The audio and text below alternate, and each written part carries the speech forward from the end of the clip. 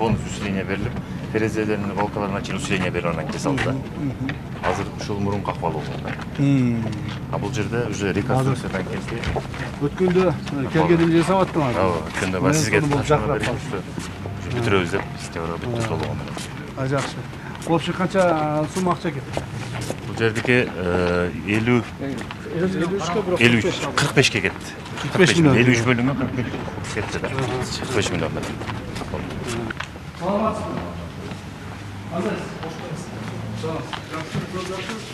Кандай болуп калды автовокзалыңа? Өтө сонун. Сон болуп калдыбы? Мыкты болуп калдыбы? Мына сону болуп калыптыр. Мындай автовокзалдар Бишкекте да жок. Мен ачык айтайын. Бишкек али автовокзалды куруп бүтө элек. Алар да куруп бүтөбүз деп атат, бирок бүтө элек. Мындай автовокзал азыр Кыргызстандын көп жерлеринде жок. Ошондо нарындыктарды куттуктаймын жаңы автовокзалдарыңыз менен. Ушуну жакшылап пайдалангыла эми. Муну сындырбай, тындырбай, ар жак бар жагын жакшылап карап, мэр каякта? Мэр көрөдү.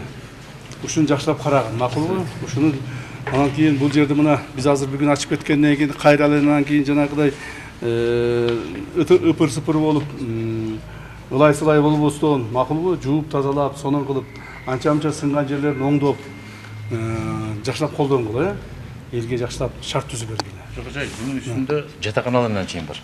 Вот тем более. Мемен гана. Мемен гана келгенде.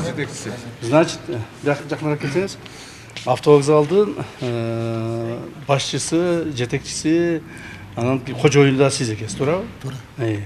Эми жакшылап колдонуңуз. Туура. Аябай жакшы. Мурдагы автовокзалдын акыбалын билесиз да? Билем. Сиз канчадан бери иштеп атасыз? 7 жыл болду.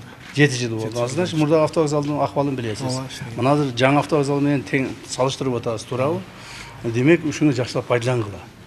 Мына мен азыр дагы бир жолу айтып коеюн, урматтуу биздин президентибиз Санур Кожоевичтин ошол мен баары жерде муну айтып келе жатам, дагы бир жолу баса белгилеп айтайын. Жерлердеги элдерге шарт түзүп берүү боюнча. Шарт түзүп бергиле, ошонун жашаган жери, иштеген жери, ошол тейлеңген жерлери баардыгы бир шарты жакшы болсун деген максатты кылып атат. Ошон үчүн мына жасап бердик. Мына бул жерде управделами президент Атаев өзүнүн иш башкармалыгына тапшырып, мынучу башкаларга тапшырбай, иш башкармалыгына тапшырып, мына Каныбек Туманбаевга 3 айда бүтүш жасап берип атат. Көрдүңүзбү мына? 4-июлда башташкан. Демек бул жагын жакшылап караңыз,